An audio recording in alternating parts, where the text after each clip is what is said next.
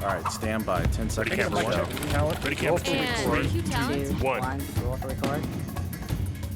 First Donald Trump, now Kanye West and Hulk Hogan. I'm John Phillips, and Celebrities Getting Political is at the top of today's rundown.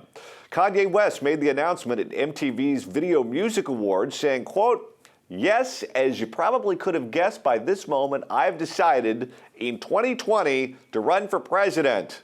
Now, he may have just been stoned out of his mind because he also said, y'all might be wondering, did he smoke something before he came out here? The answer is yes. I rolled up a little something, but he's not the only celebrity gunning for your vote. Wrestler Hulk Hogan, who's currently on an apology tour across America for using the N-word, was asked if he wanted to get in the ring with any of the current crop of presidential candidates, and he responded by saying, quote, "I don't want to be in the ring with any of the candidates. I want to be Trump's running mate." Did you hear that? Vice President Hogan. Has politics become just another reality show?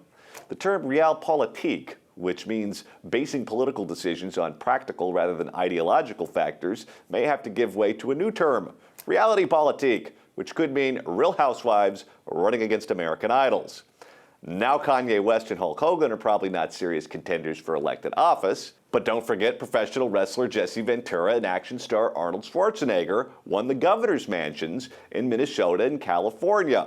Real World alum Sean Duffy is currently representing Wisconsin in Congress, and American Idol Clay Aiken made a credible run for a congressional seat in North Carolina.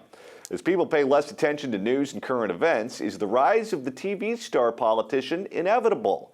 And is it necessarily a bad thing if we put non-politicians in office? After all, Ronald Reagan was probably our most famous celebrity who turned to politics, and that actually worked out pretty well. Joining us to talk about all of this is author and political satirist Scott Ott. He's at his home studio in Dallas, Texas. And right here in Los Angeles, Stephen Cruiser, stand-up comic and PJTV contributor. Now, Cruiser, did we leave a very important name off this list? And by that, I mean Hillary Clinton. Hillary Clinton never served in the state legislature. She never served in Congress. She was never a governor of a state. She was married to a guy who did many of those things and became a celebrity as First Lady, and then became a celebrity candidate for the U.S. Senate in the state of New York, and then became a celebrity presidential candidate. Should she be on the list? I think she's mostly famous for being famous. I think I've said that before, too. But I'm one of those guys who, being a professional politician has never been a selling point for me to vote for someone. Saying, well, I've been in the Senate, so that's almost a negative as far as I'm concerned. And as someone who's spent his entire life working in both the entertainment industry and politics, I can tell you one thing. Politics is infinitely more dysfunctional than the entertainment industry. So if there's going to be a wave of entertainers coming over to take over politics, I will welcome our new showbiz overlords, because politics is just full of people. When they say it's show business for ugly people, it's show business for ugly people who never go away. At least in show business, we get rid of them after there's a shorter shelf life. So I've got no problem with any of it. Hey, Scott, is Hillary Clinton a political celebrity? Absolutely. Yeah, I mean, and I'm not saying she has no gifts or abilities. I'm not saying that she has no talents as a legislator or as Secretary of State. Just because she never displayed any talents in either of those two roles doesn't mean that she doesn't, that doesn't mean that she doesn't have them down deep somewhere in a server in a basement where it can be accessed if she should ever need it. I'm with Cruiser on this one. I actually don't think it's a bad thing that people from all walks of life can pursue political office in this country. It's literally, it was the first place in the world where literally anybody could become president of the United States. And as we saw, anybody did on various occasions. I don't think making an analogy between Hulk Hogan or even Arnold Schwarzenegger and Ronald Reagan is appropriate. I mean, Reagan did a lot of groundwork for many, many years to develop his ability to be an effective chief executive and to develop his ideology in a way that he could communicate effectively. Here's where they have similarities, though, Scott. One of the things, especially in a state like California, where both Arnold Schwarzenegger and Ronald Reagan began their political careers, is that it takes a ton of money to get your name out there. If you're an assemblyman or you're a congressman or you're a mayor, people know you in your little community, but they don't know you across the state. So you could be the mayor of San Diego, which is the second largest city in the state of California, but That doesn't mean that anyone in Los Angeles knows who you are. It doesn't mean that anyone in Orange County knows who you are. It doesn't mean that anyone in San Francisco or Sacramento or Oakland knows who you are. And what these celebrities bring to the table is instant name identification, which puts them way above and beyond where all of the mere mortal politicians may be. Scott, you ran for office. Wouldn't it have been so much easier for you if everyone knew who you were without having to raise money to buy the ad time? Absolutely, and frankly, I got outspent 8 to 10 to 1 by my opponents when I ran the first time. But he had the name recognition. He was very well known in our county, and frankly, well liked even among Republicans. But the thing that would have really carried me over the top is if I had been a registered Democrat. See, that's the key to winning in a county like Lehigh County. Yeah, name recognition is crucial in this. It's why we have somebody like a Bobby Jindal, who in any sane universe would be at the top of the list of potential Republican candidates, but who languishes near the bottom simply because he's not known across the country. And the very fleeting moment that we had to look at Bobby Jindal, he kind of bobbled that a few years ago, and we'll hold that against him for the rest of his life. You know, I recently watched the movie Network, Patty Chayefsky's brilliant movie with Faye Dunaway that won all the awards. It's one of my favorite movies. I love that movie. I watch it again and again and again and again. And Chayefsky said that he decided to make that movie after he was just flipping through the paper and saw a tiny little column or a tiny little piece on like page 18 of the New York Times that said that they were going to start rating news programs, which they previously weren't. That was just a public service that all the networks were required to do. And the minute they started reading the news, the content that you saw on news programming changed dramatically. That's right. When you're looking at these debates and you're looking at these political programs that are out there, the ratings actually matter. 24 million people watch the Republican debate. That broke every record that they had on the books.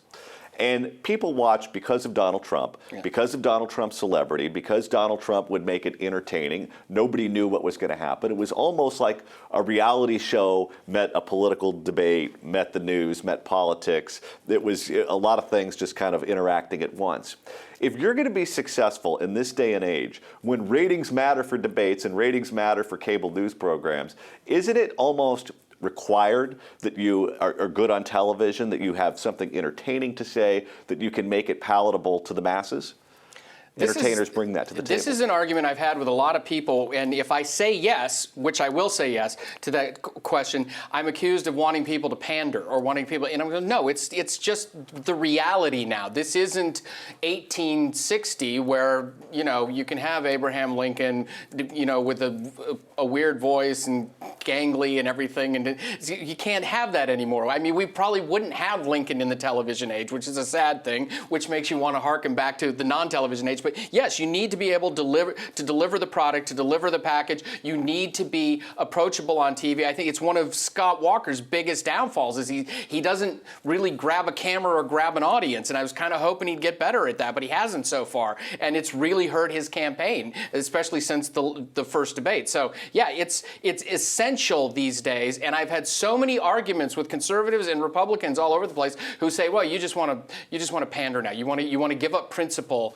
for style over substance. And no, I want to win. And that's what you have to do to win right now. Scott, is it bad for Republicans to want someone who can walk and talk on TV and bring an audience with them?